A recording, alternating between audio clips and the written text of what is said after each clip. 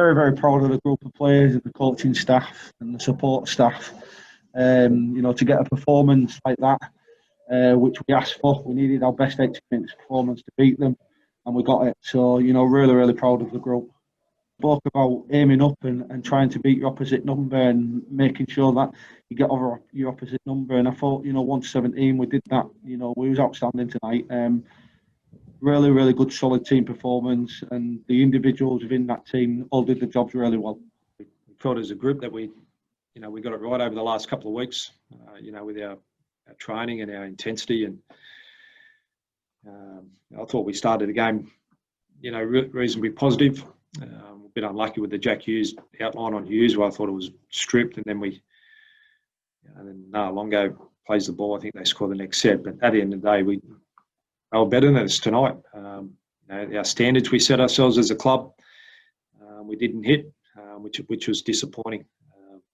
A lot of people in the change room were gutted. We thought we had a really good opportunity this year, and we weren't good enough tonight by a really good Hull FC team tonight.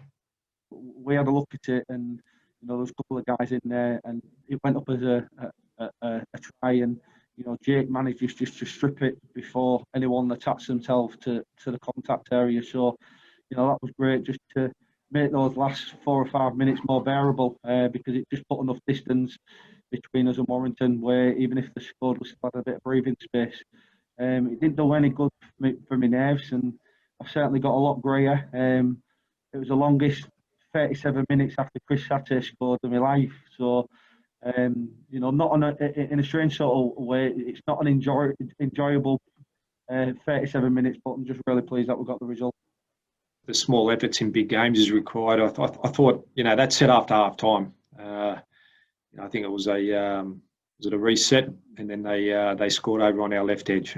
That's unacceptable in our eyes as a defensive unit. And we got back in the game. We sort of started playing some reasonable footy, and we got that try over on that left edge with Matty Ashton, and I thought it was game on there. And we just couldn't execute our game plan, which we set ourselves throughout the week.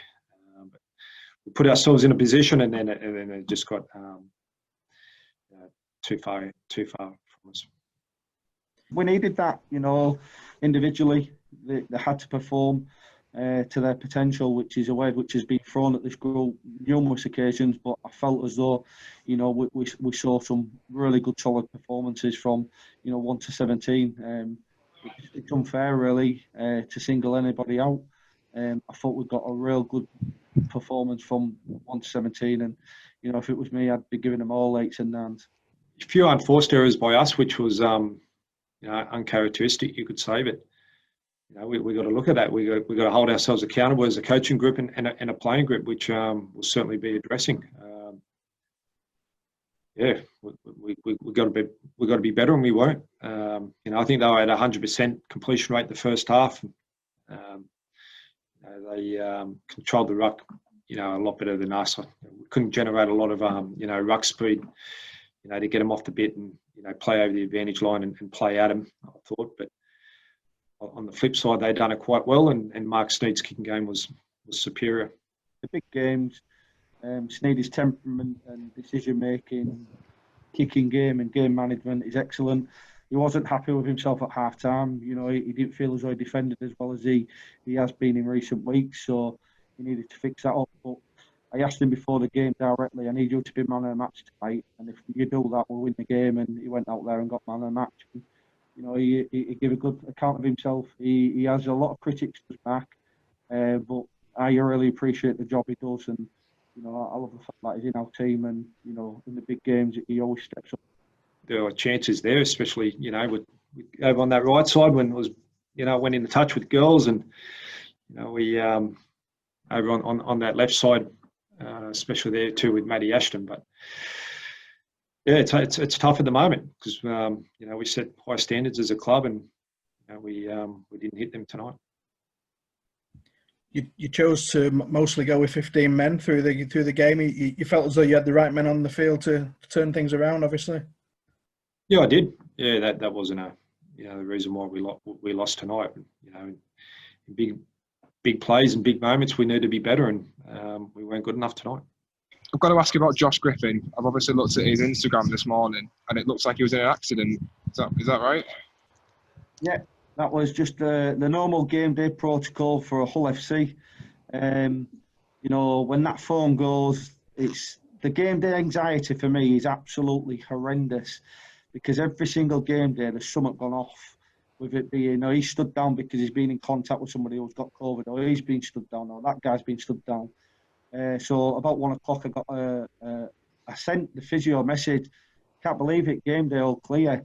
And basically, Chris said to me, "Don't curse it." And literally 10 minutes later, he sends me a message: "Josh Griffin's been in a car accident." So the panic was like, "Oh, I just don't believe it." I spoke to Griffin. You know, someone pulled out on him when he was taking his little lad to the park.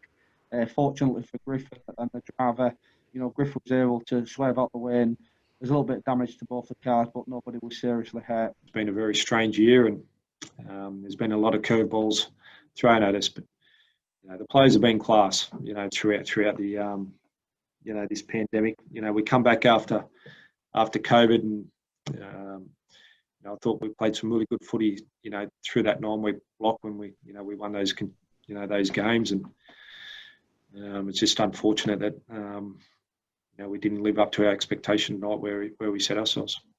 You know, Wigan are you know, the league leaders. They give us a real lesson in the Challenge Cup quarter final. We'll need to improve on tonight's performance and be even better next week.